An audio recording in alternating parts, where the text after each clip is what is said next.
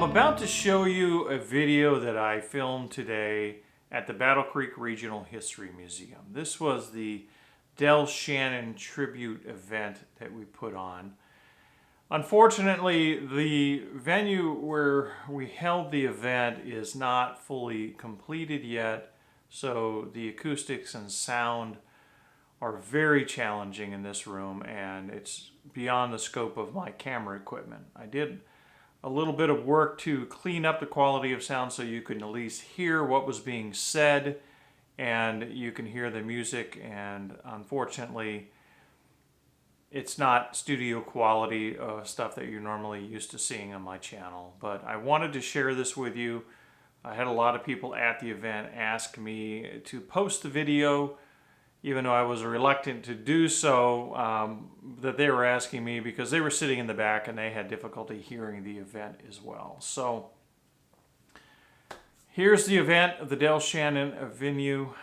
Before I segue out and show this to you, please remember the Battle Creek Regional History Museum is in the process of fundraising to finish phase 1 of this project, and part of that is putting the acoustics and sound systems and audio systems in this room to not only dampen the noise factor, but also to provide proper audio equipment that will make filming in this location a lot easier in the future.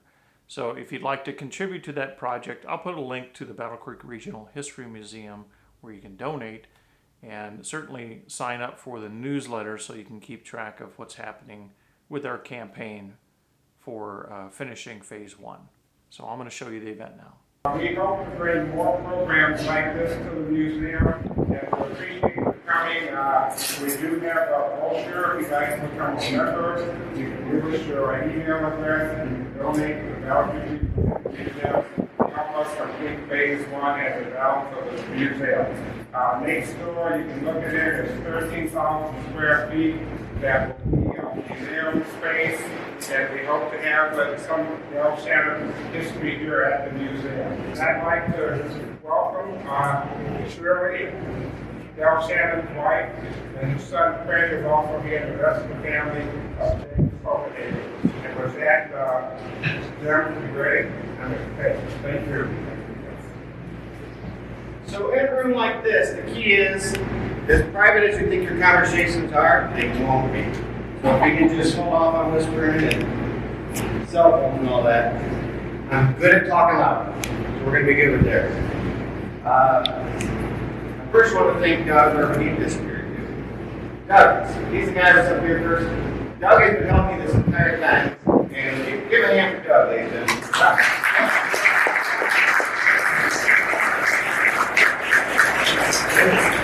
I have blown up this cell phone for the last 2 years getting this ready. I put the exhibit together in this other room for now, but the future's going to be that this entire museum will go like a horseshoe. You got to stay by this guard. The Del Shannon Legacy Room, which is where Del's memorabilia will be. It will also be interactive, where kids can put on headphones, touch screens, and listen to Del's music.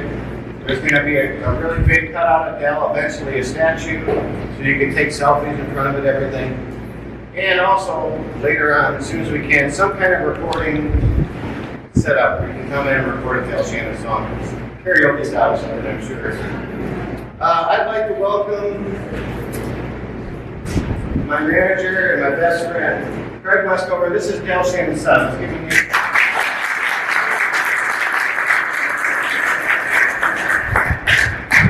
Greg, you got it. Oh, no, I'm good. Just kidding.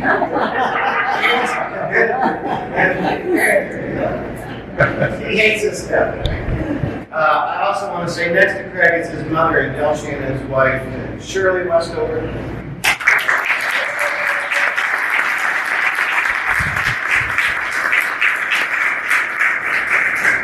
She had a rough year, but I always say she's an Energizer Bunny. You cannot stop Shirley. So, she's my second mom. I only have my first mother, and then there's Mama Bear, who I call Shirley. We're very close. Mandy is Del Shannon's granddaughter in the back.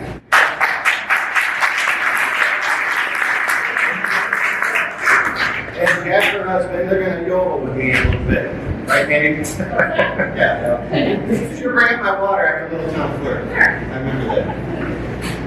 Mandy was the only living grandchild of Del Shannon that Del was close to, that knew. The rest were born just before his passing or shortly after. So she's got lots of great stories. And when you were a kid, there was no better guy to be around than Del Shannon. He was a great guy. He loved kids and he became a big kid. I brought a couple things before we got started. I kind of want to commemorate this because this has been actually 4 years since 2018 when we started this. And it started with Craig popping in here and saying, look, I got my dad's records and stuff. You want to display them here? And then COVID hit. And everything has just been one thing after another to stop. So today is a big day for the future of Del Shannon's legacy. Todd is helping with his film crew to preserve Del Shannon, which is just incredible. We're really looking forward to that. I brought a couple reminder gifts for the leftovers before I get started. And this is for Craig. This is just that I want to give you guys your name. So you can remember today, Craig. Thank you. Yeah. Craig is not a gold jewelry guy. That's why Craig gave me his dad's ring. I said, you should have that. He's not even kidding. I don't wear jewelry. And this is just a little something for Shirley, which is a hummingbird. Because she loves hummingbirds. And you can pin your shirt. You just said you don't have pins. And we live on a 25-acre farm, so we see hummingbirds all the time. And when they land on my wife's flowers, I always think of Shirley. When I think of Shirley, I think of Chuck. So it's this thing is it's full circle. And of course, I would not forget Mr. Higgins for Mandy. Jeff, you want to come grab this for me? This is a parrot because Del loved macaws and parrots. And Manny and I would talk about Mr. Higgins, which was Del's parrot, Manny Del's granddaughter. I want to remember this day forever. My mom and my dad are down here, Mary Jim Popenhagen.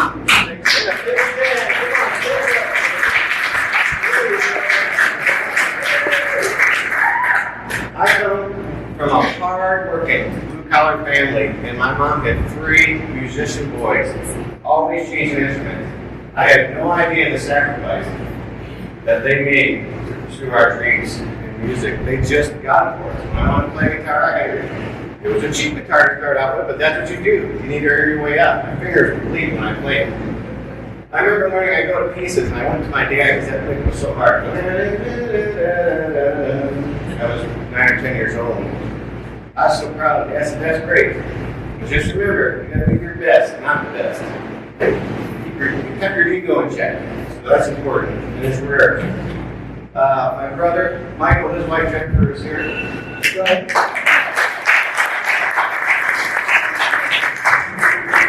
When I was 13 years old, Mike had a band. He was doing this before me. I took over in 98, 99. I started doing this. And he called me one day when I was 13. He said, "You think you can learn how to play bass?" And I said, "I guess I can." He said, "Good, in 3 weeks. We're doing a show. There's 4 sets and there's 43 songs." So I had to pick up a bass that I brought from a friend. The action was about that high off the neck for a guitar player. And I learned them all. All I did for 2 or 3 weeks was stay in my room. And then later I learned piano. My son David is the one recording this. Greater man David. My sister Lisa is right there.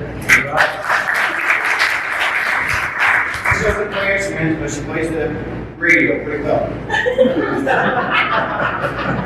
I'm absolutely going to forget some people, just to be clear. It's just, I see friends of Del's here today. I'm going to do my best, but it's really hot in here.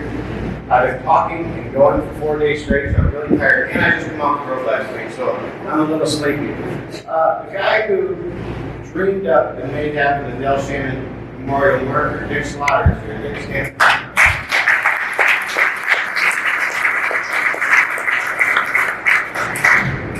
Dick would love to come up here and talk, but we're not going to let him because it's not good.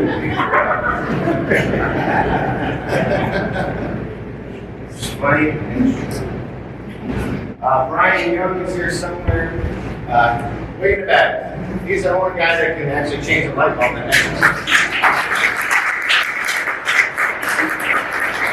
He's going to come up and give you a bit of history on Del Shannon because I know the family well, and I knew Del as a kid. But Ryan knows where Dell bought his socks, he knows where he bought his shoes. So he's the guy that you want to know any small detail to the biggest, you'll know it. My wife Katie, sorry, stand up, Katie. All right. What I do here is putting up with this. But I don't drink it, I don't smoke. I got it all bad. Now that I got all that out of the way, anybody I forgot, come see me afterward. I would happy to talk to you. The family will be here. We're going to be around for a couple hours. The exhibit's going to be through those double doors and another set of double doors.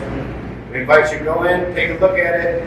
No photos, but go ahead and take a look at everything in there. It's really set up really nice. And the reason we're here is because, as I said, my parents bought my first guitar, actually my first, probably 3. But I would have never played guitar, even though my grandfather, Bob Popenhagen, was friends with Del Shannon before he was Del Shannon. And we've actually dated their friendship back through some research here about 1957 or 58. So when he was Charlie Westover, that was my grandpa's friend. My grandpa played guitar for him. And Elvis's guitar player, James Burton, came to a Del Shannon show in Las Vegas, and he said, Del, I've always wanted to meet you. And I know this because I know that Del's road manager was at that show and told me this. They were talking great guitar players, and he said, I got one for you, a guy named Bob Popenhagen out of Battle Creek used to play guitar for me. He was left-handed, and he played like Chet Atkins. And he'd flip it in the middle of solo, and he'd finish it. He'd finish it right-handed. And James Burton just said, I've never seen anything like that. Del said, I've been doing this 30 years on the road. I've never seen another one do this. So he always remembered my family. Anytime he played Michigan, he would stop by my grandfather's house. They'd play guitar, drink a little wine, drink a little beer till the middle of the night. My dad has several stories we talked about, my Aunt Sharon also, of Charlie popping over at midnight or 1 and saying, get on the bed, Sharon, Charlie's going to crash here tonight. That was a normal thing. The water's for Brian, so I got to drink Diet Pepsi. Take a drink. My God. So I'm going to let Brian do all the history stuff. I'm going to do a couple songs real quick. And you guys can sing along to the ones you know. David and the son brought me a guitar strap. The Fender company will be suing me for using the Fender guitar strap on the killer, but that's all right. So I decided to do one of Del's first songs he wrote here in Battle Creek. And it goes like this. You can put your hands together if you want. Keep time.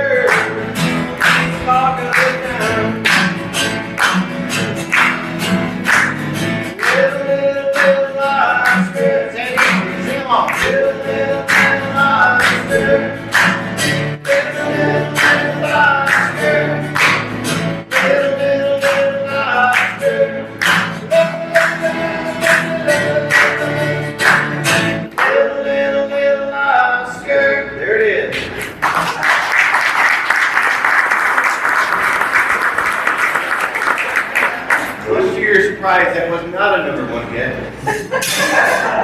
But everybody starts somewhere.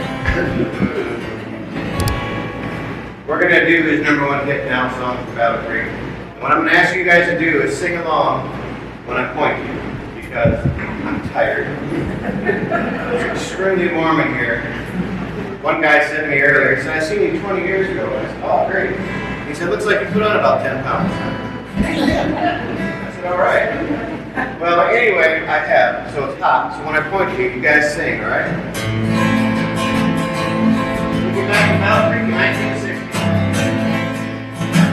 As I walk along, I wonder what went wrong with our love. A love that was so strong. And as I still walk on, I think of the things we've done together while our hearts were young. I'll walk in the rain, tears are falling and I feel okay. Wishing we were here by me to end this misery. I wonder if you do it. You got it. Do it again. Why? She ran away. Doing it. And I wonder where she will stay. My little runaway. Run, run, run, run away. I'm not back to the first. As I walk along, I wonder what went wrong with our love. A love that was so strong. And as I still walk on, I think of the things we've done together while our hearts were young. And I'm walking in the rain, tears are falling and I feel pain. Wishing you were here by me to end this misery. And I want you to do it. Yeah. Why? Do it again. She ran away, and I wonder if this is Del Shannon. She will stay. Chuck Wesco. Run, run, run, run away. Run, run, run, run away. Run, run, run, run away. All right.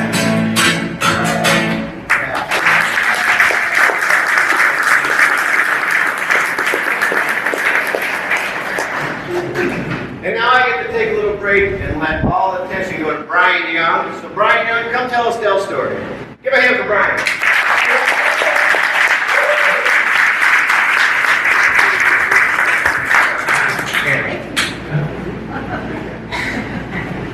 Hey everybody, Hello. welcome friends and family of Charles Westover and fans of Del Shannon. Del Shannon, 60s rock and roll star, gained international fame when his song Runaway shot to the #1 position on the American music charts and in over 20 other countries in the spring of 1961.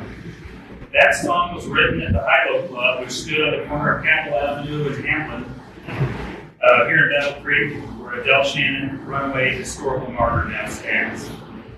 I think his son, Craig Westover, said it best when he noted, Charles Westover was born in Grand Rapids, raised in Coopersville, but Del Shannon was born in Battle. In a way, Del Shannon was like Chuck Berry, a rock and roll pioneer. He wrote his own songs, played his own guitar, and sang his own hits. But he didn't sing about school or cars, and he didn't sing about surfing. Nope, he had his own style. Del sang of misery, loss, despair, and loneliness. They were his constant companions during a 30-year career in rock and roll, which he always was searching or running away. His songs were darker, more adult themed. He was the victim, the outsider. His songs featured paranoia, being chased by that unknown stranger in town. There was betrayal, anger, discovery, and recovery in his songs. But he was always a handyman of mending hearts if yours was broken. And while he wasn't a dancer himself, he electrified a room when he entered it with his presence. At his live concerts, he sent people home standing on their feet, clapping, screaming, and dancing. When Buddy Holly, Richie Valens, Big Bopper, died in a plane crash in 1959, and Eddie Cochran died in a car crash in England in 1960, rock and roll lost 4 artists. Elvis Presley got drafted into the Army. Chuck Berry got arrested. Jerry Lee Lewis ousted. That created a large void in rock and roll. It opened the door for a second wave of new artists to come in. Bobby V, Tommy Rowe. They get this pickups reminiscent of Buddy Holly. Enter Del Shannon. He wasn't a good-looking kid from Philly like Fabian or the Bobbies and the Johnnies and Frankies, but he held his own. This song rocketed to #1 on the Billboard charts with Runaway, just as the cosmonaut Yuri Gagarin was the first cosmonaut in space in April of 1961. And I apologize for that joke. We were both out of this world. Shannon's co-writer, Max Crook, played an incredible instrumental break in Runaway, which complemented Shannon's trademark falsetto. It was a brilliant flash that hit the rock and roll scene from out of nowhere. Runaway was about escape. It came during the John F. Kennedy presidency. While Del Shannon didn't make you pick up a guitar like the Ventures records did, or the Beatles records did, his songs had this crazy organ. Runaway and Hats Off to Larry, they were different.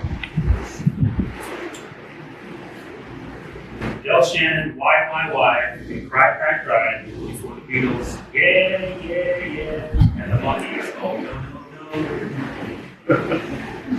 Shannon bridged the gap between the loss of those early rockers and the British invasion. Del's unique style and approach brought him to the forefront. He was 26 years old when he had his first hit. Other rock stars were mostly teen idols, young kids, 16 years old, like Brian Hyman with that great sandy blonde hair. Shannon was married with 2 kids and 1 more on the way, while his contemporaries were single, available to all girls, 5 to 10 years younger. While his fellow teen idols were placed on the front covers of teen magazines and 45 picture sleeves were released, Shannon wasn't given that kind of promotion, yet he still broke through. His songs were tough enough. They were more adult-themed, not your typical radio bubblegum pop. Del's other hits included Hats Off to Larry, Little Town Flirt, Handyman, Do You Want to Dance, Keep Searching, and Stranger in Town. His last hit was Sea of Love in 1982, produced by Tom Petty for his critically acclaimed album, Drop Down and Get Me. Shannon was the first American artist to record a Beatles tune with Meeting You in '63. He wrote top 10 records, I Go to Pieces for Peter and Gordon, and Cheap Love for Juice Newton. And as a producer, top 5 hits, Baby It's You for a group called Smith, and Gypsy Woman for Brian Hyman. At the time of his death, he was working on a new album titled Rock On, which was co-produced by the Electric Light Orchestra's Jeff Lynne and Heartbreakers guitarist Mike Campbell, and released posthumously in 1991. Shannon also appeared on Tom Petty's Full Moon Fever and Jeff Lynne's Armchair Theater solo projects.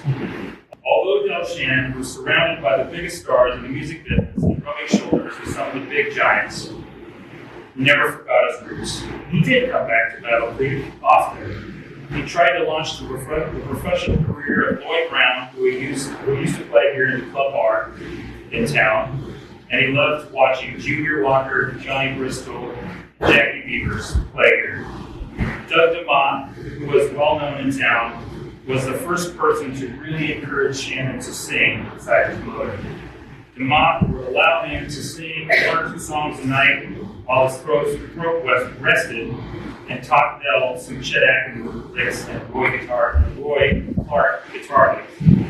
What's up? And Bob Popenhagen, he played at Reed's Tavern.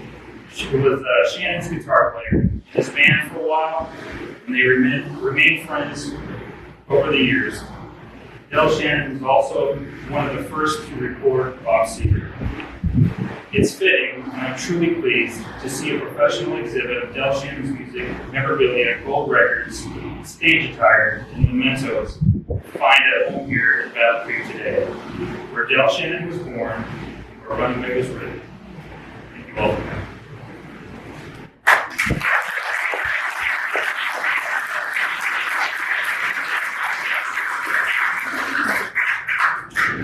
Ryan was so nervous he didn't drink any water. I'm gonna take it. Anyway, we are glad. We call this exhibit Del Shannon's Coming Home. Because Charles Westover was born in Grand Rapids, but Del Shannon was born right here in Battle Creek. It was in Battle Creek, sitting in his boss's Cadillac, that he came up with the name Del. It was a Cadillac DeVille in 1959. He was riding Jody at the same car, the carpet outlet in Columbia, which is now a pot shop there. So everything's full circle.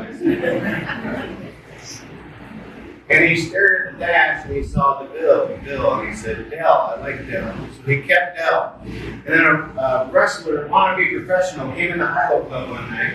His name was Mark Shannon. Del said, I'm going to take Shannon, but I don't like Mark because he's something like a detective. And there was born Del Shannon, here in Battle Creek. He comes to the Hilo Club that night. He told my grandfather in West Kilbourne, I'm changing my name to Del Shannon. My grandfather slid a napkin and said, well then, Charlie, let me have the first autograph.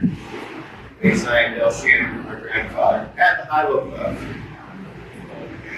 Everything changed in a second, and how I set this exhibit up, and I'm not professional at this, I actually emailed the curator.